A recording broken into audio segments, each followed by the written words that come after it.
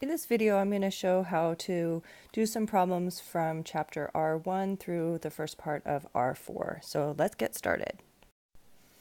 In this problem, we're being asked to rewrite the problem without absolute value. And so the big idea here is you take the larger number minus the smaller number. And just so that we know, square root of 3 is about 1.7, and that's kind of a nice thing to have memorized. Great. Absolute value is the distance between 2 points. And so if we have 1, 2, 3, 4, 5 right here, and square root of 3 is about 1.7, so that would be really close to 2. So that distance between those 2 points, that is the absolute value of square root of 3 minus 5. And no matter how you write this, that distance is the same. Okay, so we'll take the larger number minus the smaller number. Done. In the second problem, we have got a fractional exponent. So the numerator, let me do black. The numerator is the power, and the denominator is the root. So when I rewrite this in radical form, I would take, that's a cube root of negative 125.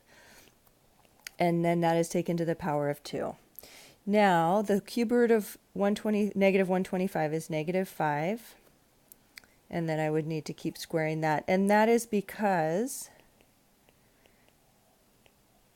negative 5 cubed would be negative 5 times another negative 5 times another negative 5. So we would get positive 25 here, from negative 5 times negative 5, and then that's times another negative, so we would end up with a negative answer there. All right, so we can take an odd root of a negative number and get a real answer. And now, finally, we need to square negative 5, which gives us a final answer of 25. Done and done. 36. In this problem, we need to use the order of operations. So the first thing that we do is use our parentheses or grouping symbol. This fraction bar right here is a grouping symbol. So really we have to deal with simplifying the numerator and denominator, and then we can divide, because that fraction bar means division. So to get started, I look at that numerator, and within here I've got a square root, which is its own little grouping symbol. So first I need to simplify the 9 minus 5 here. Okay, so I would have in the numerator 2 plus 5. Now the 5 is just outside of that radical sign, which really means that 5 is being multiplied by the square root. Inside the square root, I have 9 minus 5, which is 4. So now let's look at the denominator. Let's see, here I have an exponent. So I would need to do that, but first we need to simplify within that parentheses. Okay, so here we go. We've got negative 4 times 1 minus 4 is negative 3 squared minus 32 divided by 4 times 2. Okay, back up to the numerator. I've got 2 plus 5 times the square root of 4, which is 2. And then in my denominator, I have negative 4 times negative 3 squared is 9. And then minus 32 divided by 4 times 2. I'm going to go ahead and start working on that. 32 divided by 4 is 8. And then I know I'm going to need to multiply that. Okay, here we go. In numerator, I have 2 plus 5 times 2 is 10. And now we have negative 4 times 9, which is negative 36. And 8 times 2 is 16. And I'm subtracting that. I do just write that as subtraction, but I want you to keep in mind that that's the same as taking more negatives. So we've got a bunch of negatives here. We're taking and getting more and more negatives. So if you think of this like going underwater, we're way down there underwater, and then we're going to continue going down. Okay, so we've got 2 plus 10 is 12, and then 36 and 16 is 52, and that's negative. All right, and then finally we need to simplify that fraction. Both 12 and 52 are divisible by 4, so we would get 3/13. I've got a negative in the denominator, so usually I would just write that as a negative fraction. Negative 3/13. And we're done. All right, on this problem we've got a lot going on. Let's see, I've got negative out to the front, so I got to really try and remember that. Now, I know I've got this negative exponent. I'm going to deal with that. The first thing we want to do, if we can, is simplify within the parentheses. It'll just often make these problems a little bit shorter. Okay, so simplify in the parentheses. So the 2 can't be simplified, but look at that. I've got an a in the numerator and denominator. Okay, so I'm going to subtract those. 1/4. Here I've got a down in the denominator. That's like an a to the 1. So I'm going to take 1/4 minus 1. Then I look at my b's. I've got 3/4 minus those b's in the denominator, so minus 1/4. And then that would be still c to the 1/2. All right. So I've got 2.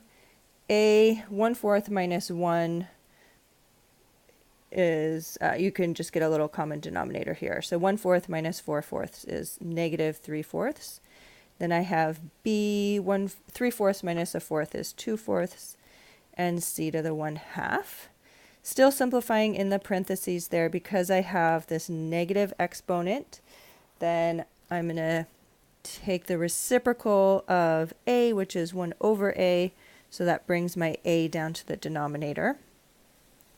1/a, 1 to the positive 3/4, that's still just 1. And so we don't even really need to write that. Okay, so I know that's there because it's the reciprocal of a, but we don't write it. Okay, so it would be a to the positive 3/4. And now let's see what we have in the numerator. We've got this 2, and we have b to the 2/4, which is b to the 1/2, c to the 1/2. Great, and now I'm ready to deal with my negative exponent. Okay. So I would have everything, I have to write it. Okay, so everything is now I'm just gonna write the reciprocal of my fraction to the positive power. So I would just flip it upside down. What was in the denominator is now coming up to the numerator because that's the reciprocal. 2 goes down to the denominator, b to the 1/2, c to the 1/2. Great, and now I can take everything to the 4th power. So a to the 3/4 to the 4th power, we get to multiply those. Okay, so I'm going to just get rid of that and multiply my powers there. 2 gets taken to the 4th power, b to the 1/2 to the 4th, we get to multiply exponents, and c to the 1/2 to the 4th, we would multiply. All right. So I have this negative fraction out to the front. Let's see, a 3/4 times 4 would be 12/4, that's just 3.